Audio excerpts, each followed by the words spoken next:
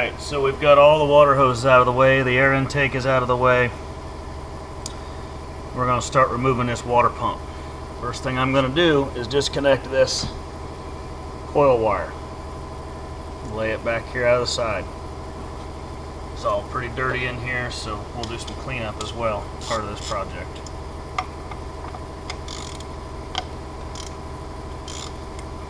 Help to go the right way.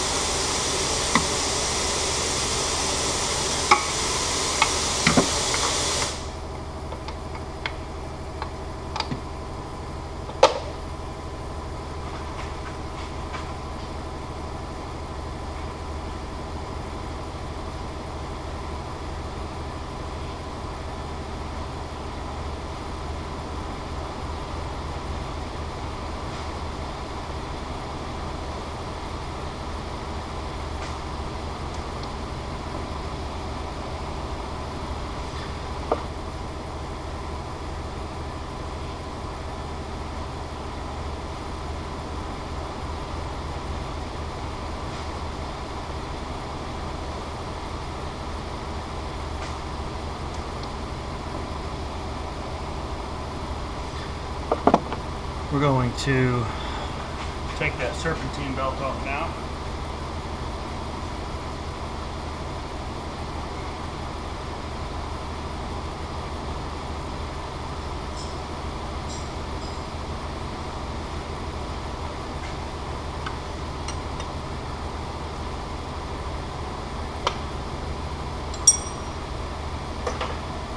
On this cart, it's a 16 millimeter.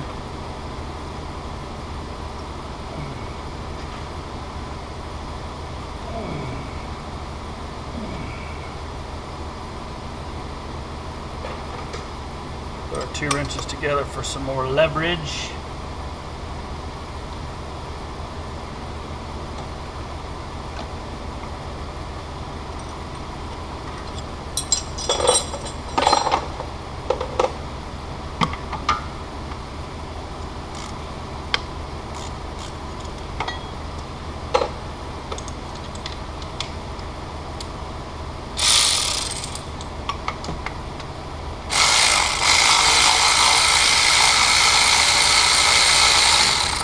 And granted, I'm sort of cheating because I'm using power tools, but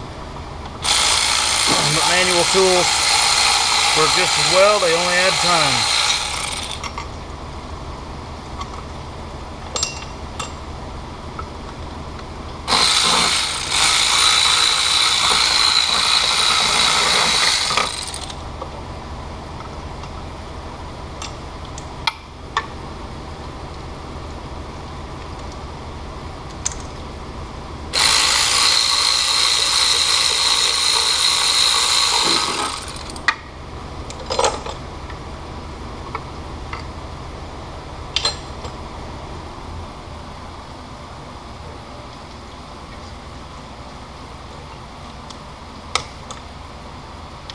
These water pumps have 6 bolts total.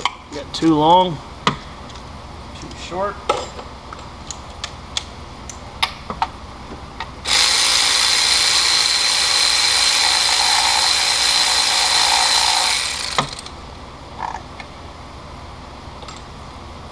Sometimes you cannot get to this driver's side if the power steering pulley is in the way.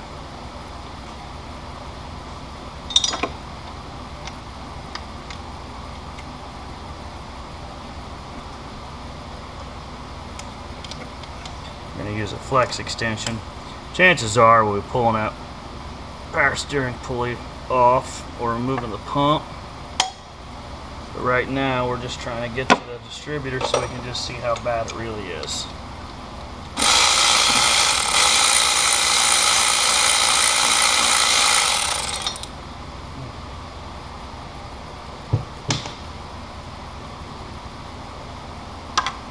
Get this down here. Get this removed.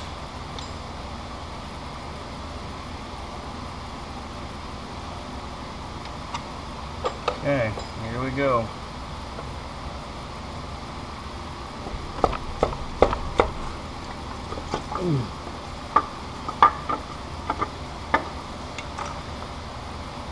Okay, we're going to go ahead and pull the coil wire the rest of the way off so that it's not getting in our way.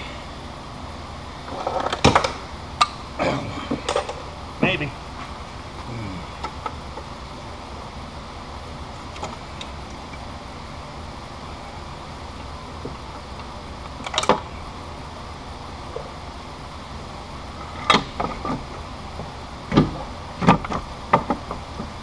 Always a tight squeeze on these cars.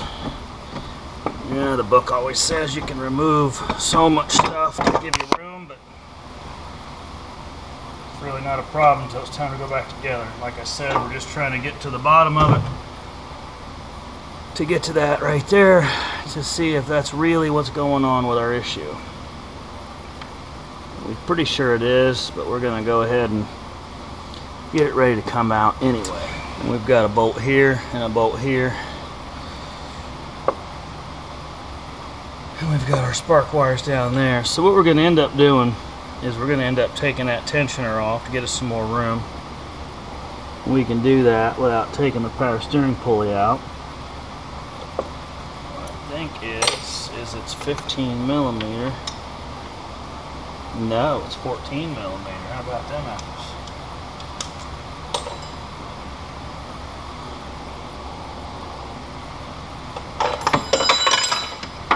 Well, when it doesn't hit the floor, it's going to be harder to find.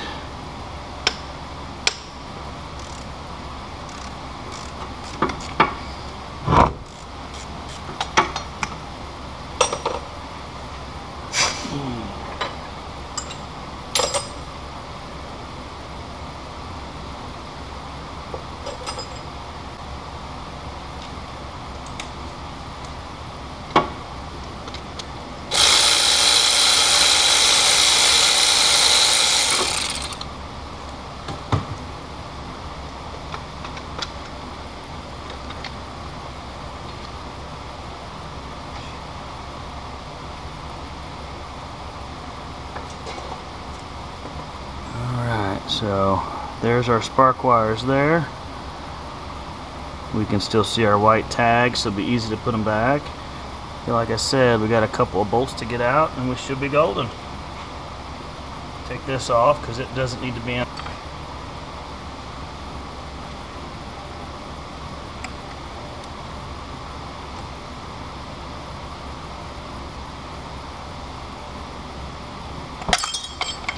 Yep, don't lose it.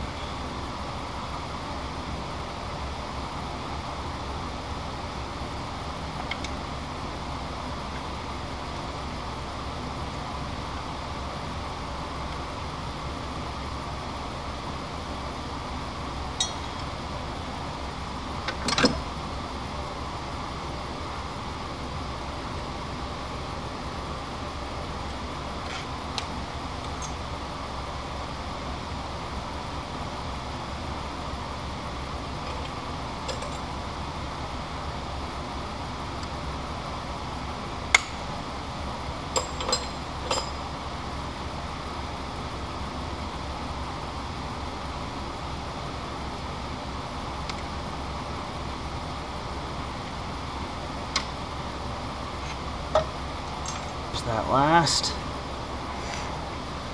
bolt right down there.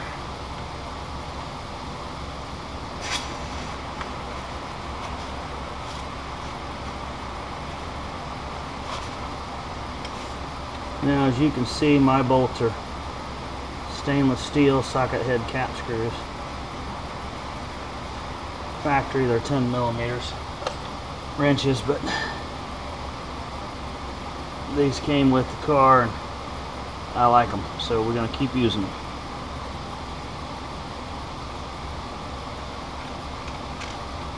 That bolt backs out into the harmonic balancer.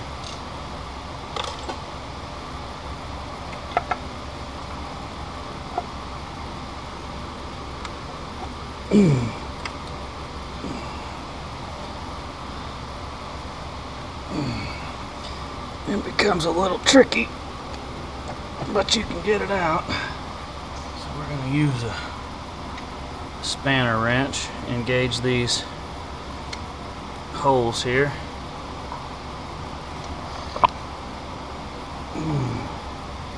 Got to keep it in the holes. There's the air compressor blow down. Okay, that one's loose.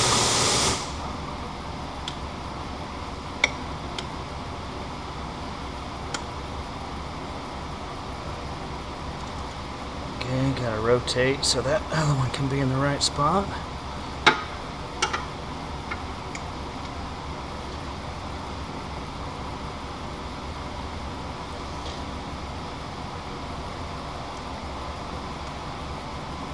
Okay, that one's loose.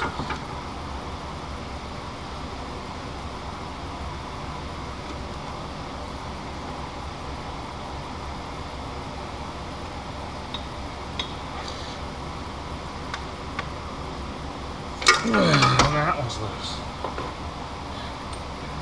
So, back these off quite a bit.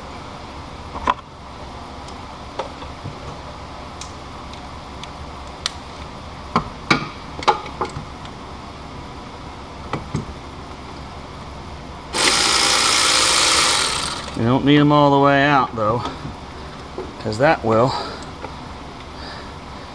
cause us to lose our rotational alignment, which isn't crucial, but it's one less thing to worry about.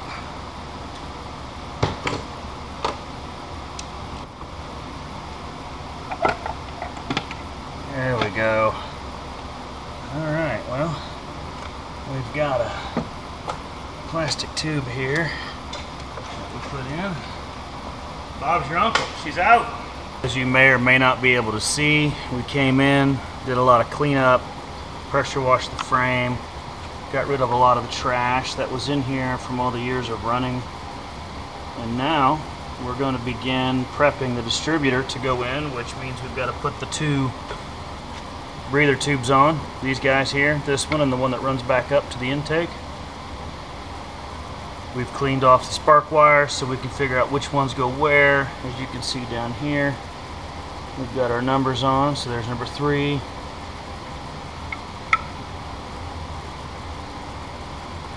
There's number 7 and so forth. So we'll be isolating ourselves and getting through that. So we'll be getting ourselves situated there and getting through that.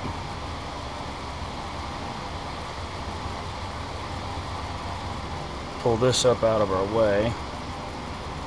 We've already, since we've pressure washed all this, we've already cleaned off the front of the block where the water pump goes. So now what we're going to do is we've got to get our distributor ready for positioning.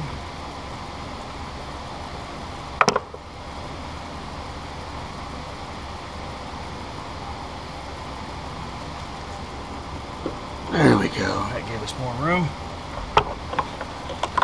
Now I've already marked 1735 corresponds with 1735 2864. So when it's time, we know how to hook up our spark wires.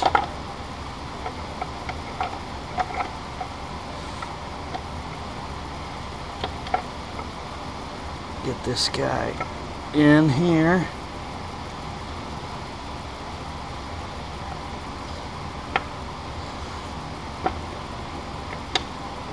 There we go. Now we're down low enough.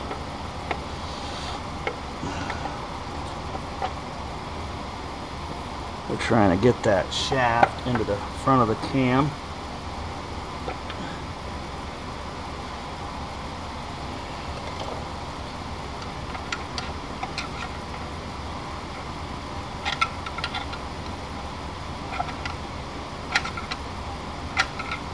Now to blindly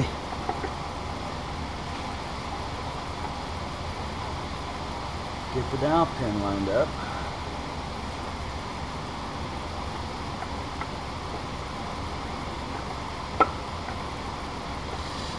Boom, got it. Okay, we're gonna put our socket head caps back in. Put our water pump drive adapter back in.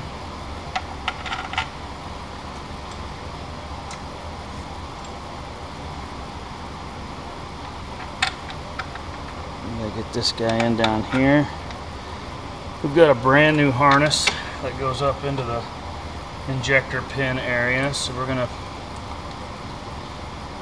prep the pre-run of it, and then we'll be taking all that off when everything else is hooked up, getting rid of this guy right here. So we're going to go ahead and pull him up and around and out, therefore we won't make a mistake.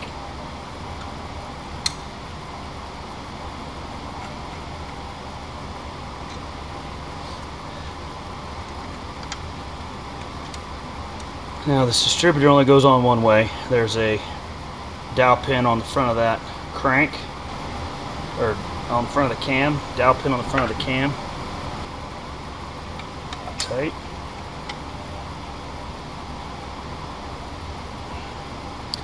Almost tight. Boom. Now just that bottom one. With the wheels off, like I showed you before, I can sit right here on the front top of the spindle.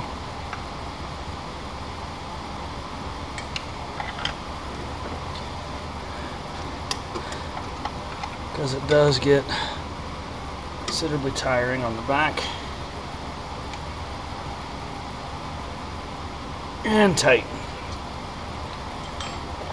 Okay, let's get this guy plugged back in for a coil, so it's done. This tube I always run back behind the coil and stick out of the way. It's also back behind the spark wires. You can kind of pin it back in there a little bit so it stays put.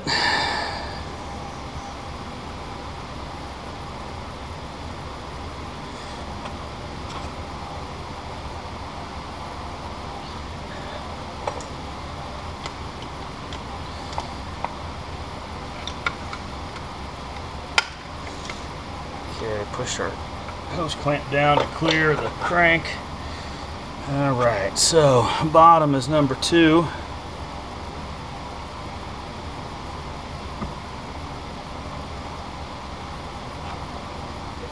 There's that. That's number 6.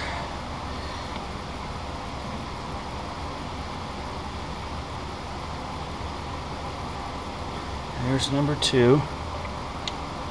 And everything's not quite as clean as I would like. There's number 8.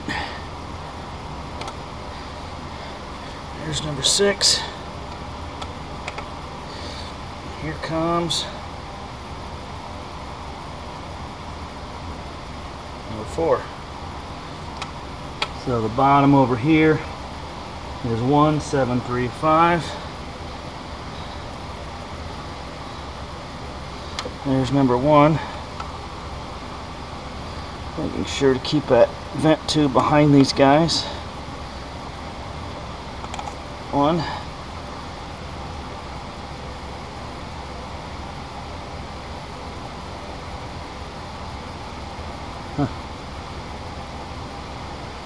There's number 3.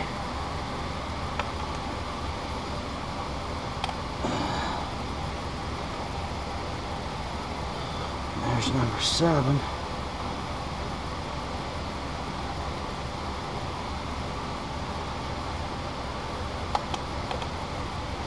Makes this one number 5.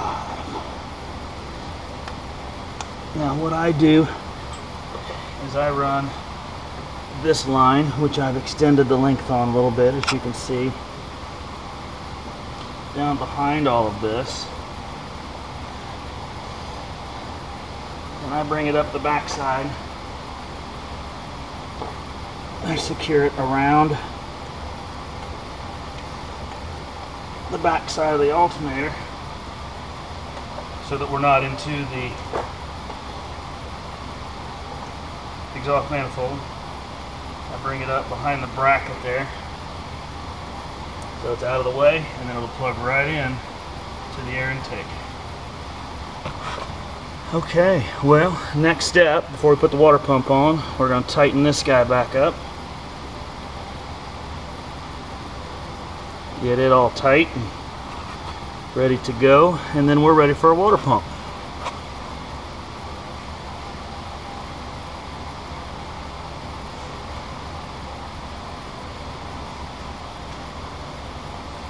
Now I put a little bit of Loctite on these, removable Loctite, because it makes sense to have a little bit more grip. So this one I took completely out. I've already put some Loctite on. Won't show it on camera, but I'll take the other two out once this one's tight and do those as well.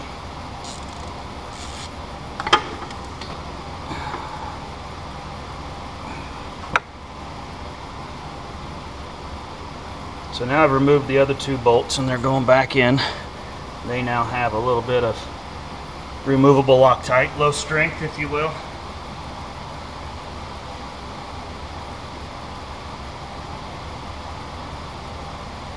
And what I've got, so I've removed all the bolts one at a time, put some 222 Loctite on, medium, low, or low strength.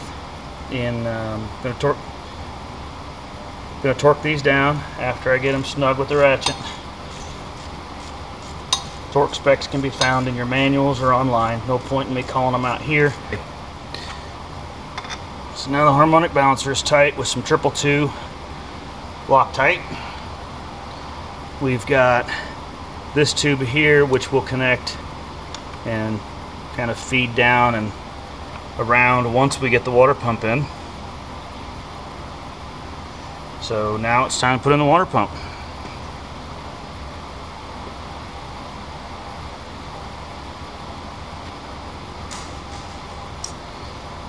Alright, so I made the mistake of resting this in here without showing you guys. I've already prepped the block, got my RTV on. I used orange so you could see it. You can use black, you can use blue, it doesn't really matter. This is not a super high temp application, but I used high temp because it was visible and be easy for you guys to see. But I've got it snaked in. We do have to concern ourselves with this tube here.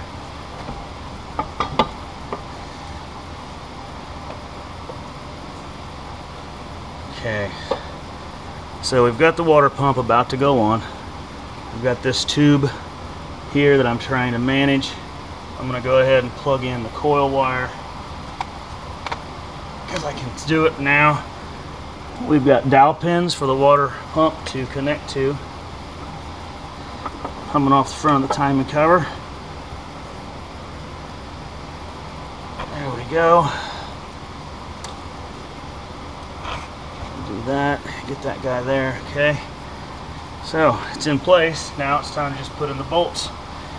Long bolts go back in where they came out of, upper and lower sides of the connection.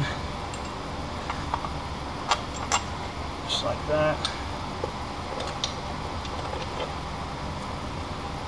Just like that. Find the hole. Get started. Get started. Don't forget about your short ones. You got one per side, one below the coil, and one that goes just behind the water pump.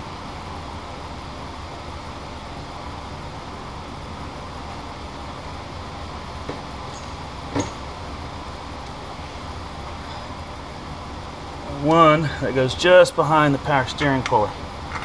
You can get from underneath. I use a flex extension, and that has always been good enough to break it loose and tighten it down.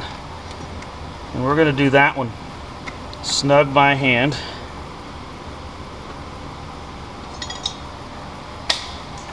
Use the electric ratchet on the others and just check them with the ratchet after.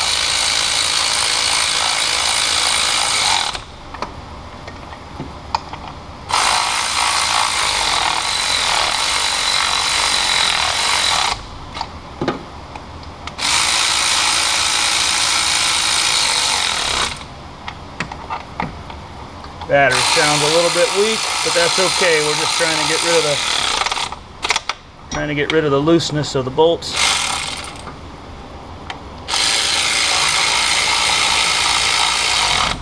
Okay, we'll check it with our ratchet.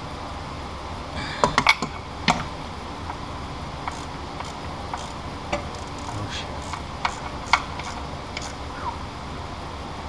That was weird. It finished seating on the dowel pin, scared me. Thought maybe we broke a bolt or stripped it.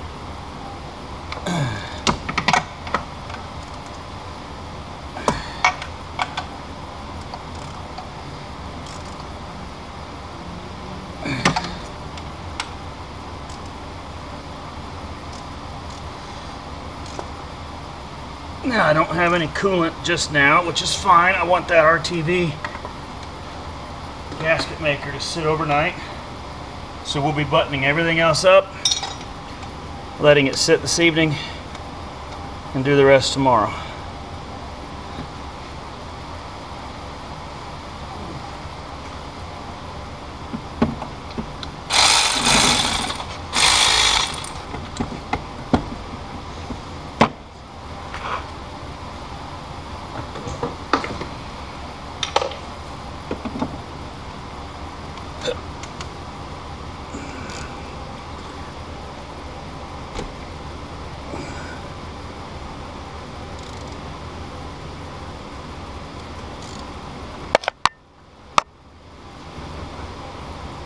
Okay, nice and tight. Okay, so we're gonna run the coil wire back behind the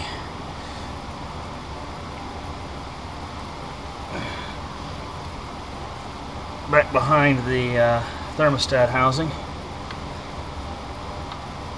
This needs to be hooked up and stay behind. I've already got a zip tie on. It should have enough retention there. Yep. Just got to keep it out of the throttle assembly, which is not a problem. We can push our excess down underneath.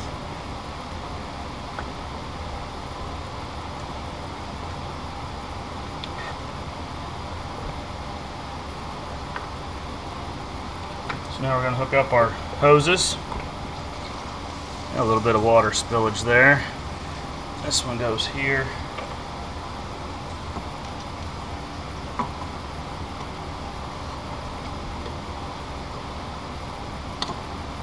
We need to get some of that out so that it doesn't fill the top of the block, so the RTV can seal up. Freezes pretty good here, so whether it's inside or not is irrelevant. If the heat goes out, if it's in the heated garage or if it's in the unheated garage, we don't want this block freezing, and we don't want to forget about it. Since we don't really drag race this, putting in coolant, antifreeze is preferred, so we'll be doing that in the morning.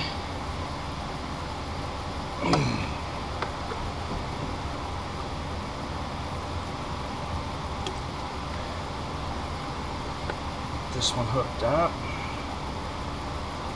Keep our coil wire down behind it.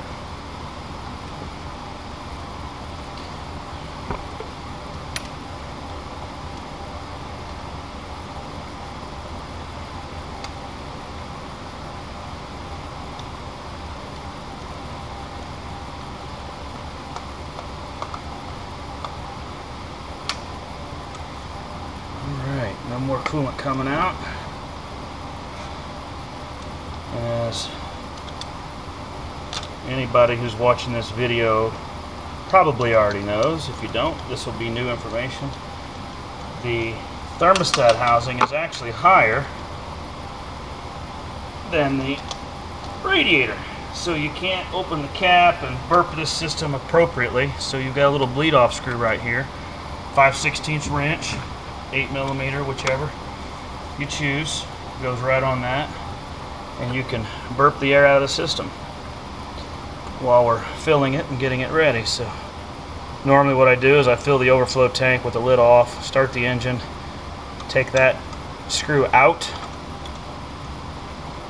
until I see it wanting to gurgle a little, and then I put it back in like a bleed screw on brakes, just to keep excess moisture from going down on top of that.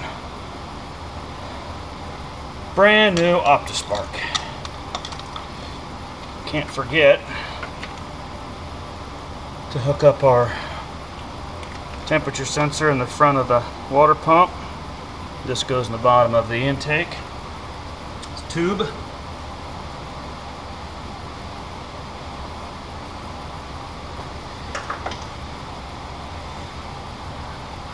Now, before I put this top hose in and it gets in our way, we're going to put the idler pulley back on, and we're going to put the serpentine belt back on.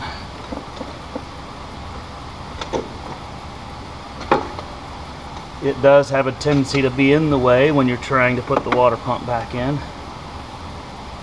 And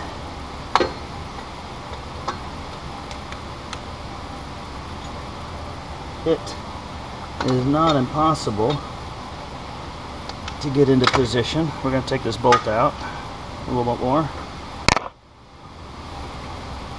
with everything else in place.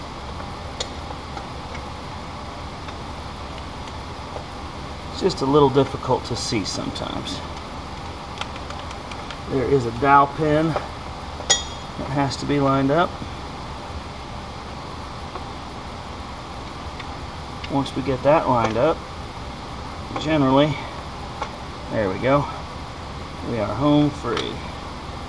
So, 2 hands, one to hold it, one to turn the bolt once it's rotated and lined up.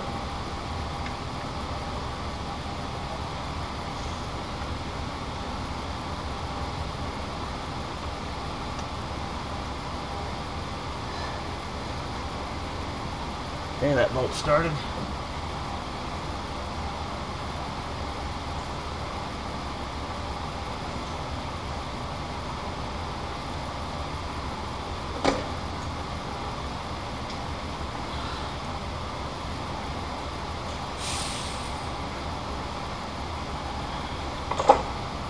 Make sure that everything's lined up.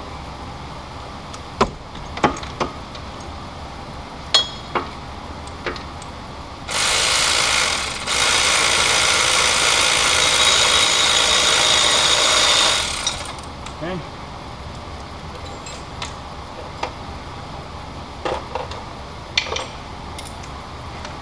Now we're going to use our ratchet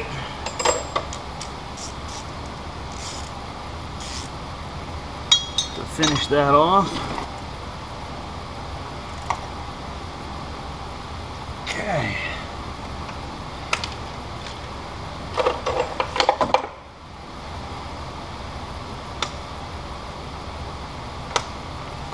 Use our magnet to get our light in position. I'm going to take our belt around our crank.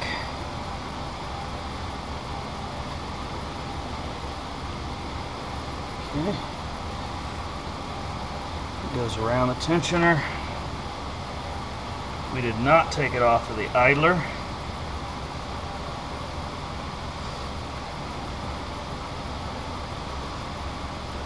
Over the AC compressor.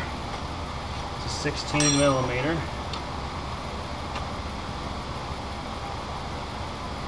So we're going to do the wrench trick for leverage once we get a good angle. Okay. Up and over and back on. All right.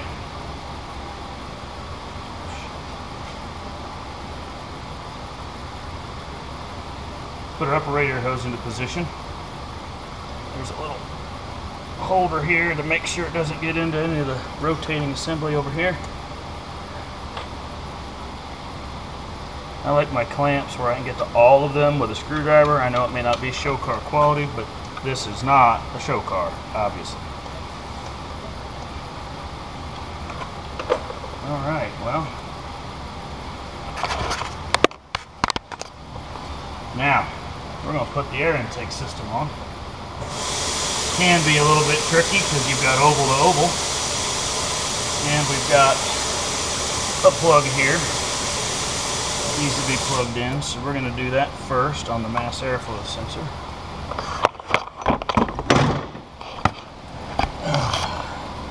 That was our weight that was holding the camera steady.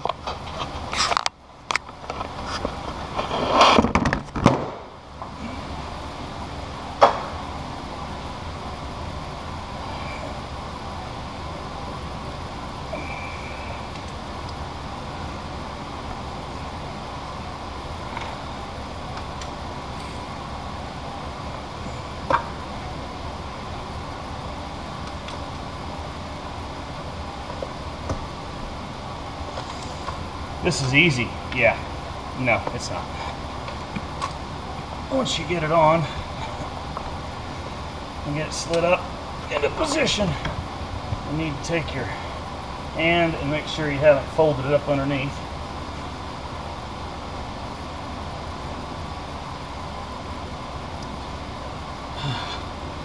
There's a clamp under the air intake box. Done. There we go. Yeah, easiest part of the whole thing. No, not so much. Okay, so this is the one we ran up from underneath from the distributor. It's nice and ran behind everything, cleared the exhaust. We've got everything else hooked up except air temperature, air intake temperature sensor, and the distributor itself. Now that we've got the injector cover off, we're going to unhook the old distributor harness. It hooks to a metal tab on the distributor, or on the injector rail. Okay. That's the old one out. And it's dirty, it's gross. The distributor came with a new one, so we're going to use it.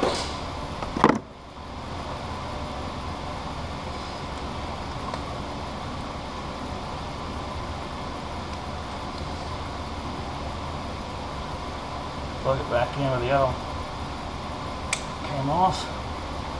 Plug it back into the engine harness.